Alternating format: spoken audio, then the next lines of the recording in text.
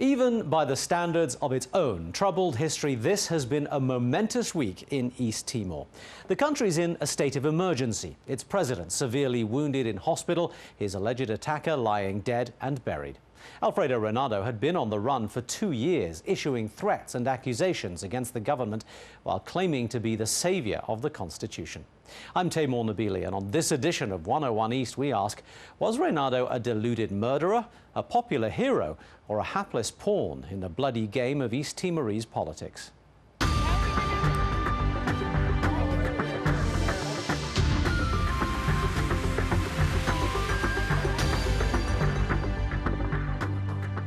Earlier this year, Alfredo Reinado sent out a DVD outlining his many grievances against the government. In it, he made an explosive accusation that the now Prime Minister, Xanana Gusmão, was the mastermind of the violence of 2006 and the instigator of attempts to oust the government of Mari Alkatiri.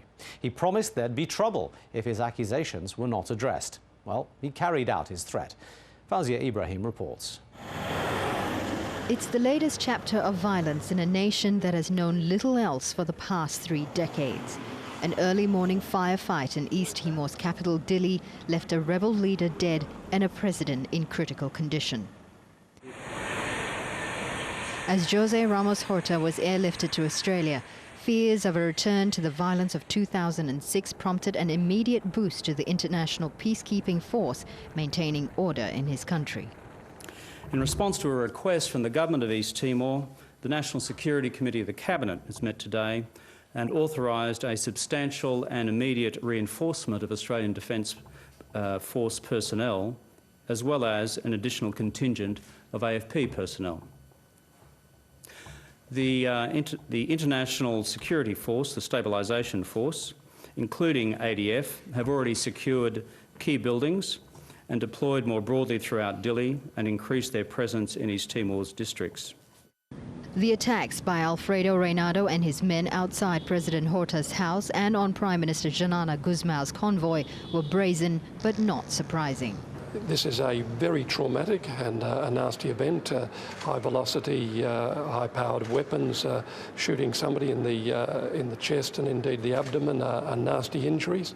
But we would be very hopeful and cognizant of a good recovery. Since escaping from jail, where he was being held on murder charges arising from the 2006 violence, Reinado had not been pursued by authorities. But when he and his group seized weapons from police, then President Xanana ordered his capture. The March 2007 raid by Australian SAS troops on the rebel leader's hilltop hideout resulted in 5 of his men being killed, but Reinado escaped. Talk and talk, no reality. It's only talk. Stand there and get some. You will see what will come or what will happen. Reinado was as much a PR problem for East Timor's political leaders as he was a security threat. When President Horta and Prime Minister Xanana finally began to get tough with him and gave him one more chance to surrender, he responded by releasing a DVD in January this year, accusing Xanana of involvement in the violence. I think he's the one scared to meet me because he's scared to put the reality, because he's the one actor for this whole crisis. He's the one who's mastermind everything. And you know, if we're going to the jail, he's the longest person to serve in the jail than anybody else. That's Mr. Xanana is. The DVDs and phone interviews with international media suggest Reinado understood how his campaign was affecting East Timor. He even warned those who wanted to do business there. And I say, all those foreign investors, don't waste your time to invest in this time because nothing guaranteed that. You better save your money somewhere else and look back next time, because this is a very dangerous situation. I'm telling you now, so I don't disappoint in the future. But with Alfredo Reinado dead, questions remain about how much support he enjoyed and whether those who favour instability will now look for a new champion. Well, for today's programme, I'm joined via satellite from Darwin in Australia, AGIO PEREIRA, who's the chief spokesman for the government of East Timor. And here in the studio, East Timor specialist John Martinkus, who has extensive experience travelling in and writing about the former Indonesian province. Thank you, gentlemen, both for being with us today. Mr. PEREIRA, let me begin with you and begin with the health of the president, if we might. How extensive were his injuries, and what is the prognosis for his recovery? Well, he was seriously wounded, and thanks to the immediate assistance of the hospital of the international force in heliport in Dili, they sustained further damage, stabilized the president, and evacuated to Darwin. Doctors expect that within 6 weeks he will have 90% recovery and up to 6 months full recovery. And they don't expect major complications from now on.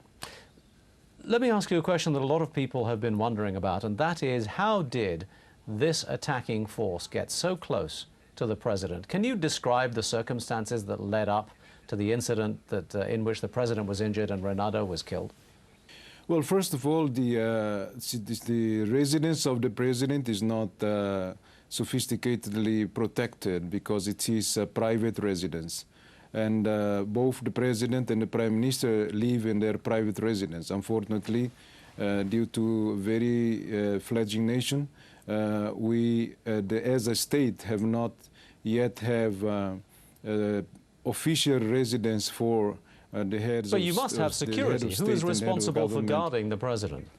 The security from the president's house, as many leaders have, they have personal protection unit as well as FFDTL elements in his residence.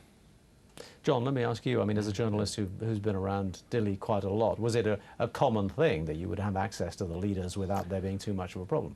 Well, Dili is a small town, and you know, the residence of the Prime Minister and the President, everybody knows where it is. It's quite accessible, but also being such a small town, it's very easy to notice suspicious activity, for example. But did it surprise you that the people were able to get so close and do so much damage? Yeah, especially heavily armed people, such as Reinado and his men, who are also very well known. Mr. Pereira, presumably there's going to be a rethink of this situation.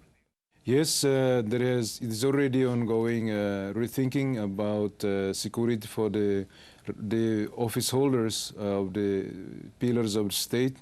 And first of all, to understand that the intelligence gathering on this kind of situations need to be improved. Okay. And protection of the leaders need to be taken much at a higher level of danger.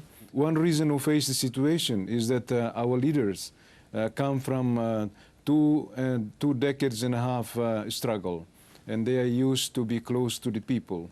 And in the institutional building, one often see a situation where the leaders disappear and the people's access is reduced. But our leaders have strongly decided to maintain their contact with the people. Who killed? But the danger sometimes overcome this desire. Who killed Alfredo Reinado, and how did that happen?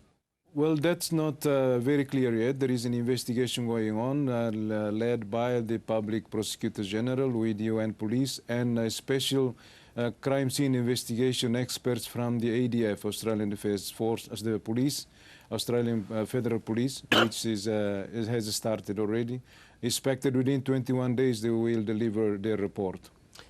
A lot of people are coming up with a lot of different explanations as to what might have happened. What seems to be the favourite explanation in Dili right now? Well, I think, probably the most credible is an account that one of the guards themselves gave, which was simply that Reinado arrived at Horta's residence, the President's residence, and got out of his vehicle with some of his men, very heavily armed, and began shooting. And the guards responded, killing him on the spot. And then Horta, who was walking back from his morning walk along the beach, was then caught in fire from Wouldn't those... you have thought if a car full of heavily armed men pulls up outside the President's house and starts opening fire, there would be more casualties? A firefight would have resulted.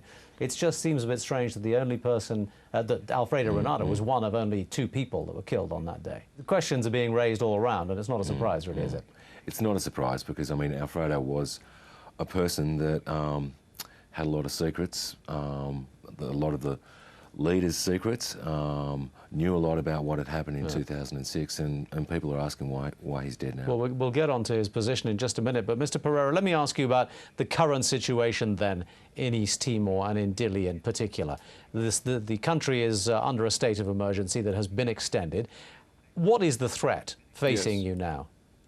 Well, since the incident, which was an assault on the head of state and the head of government, the state reacted very seriously, and taking into account that having the two leaders being killed, the issue of sovereignty and the stability of our nation would have been in a dire straits, and therefore we went through 48 state of siege, 48 hours, and extended it to 10 days to normalize situation, but above all, to calm the population. And the population have responded really well in a very strong spirit of cooperation, and the situation is calm and under control. But John, what we really don't know yet is just how strong Reinado's forces were and how organized they were. I mean, you've done a lot of work on this security situation there, and it seems that it was a fairly ragtag bunch of gangs armed with and allied to in certain ways with Reinado. How strong is the force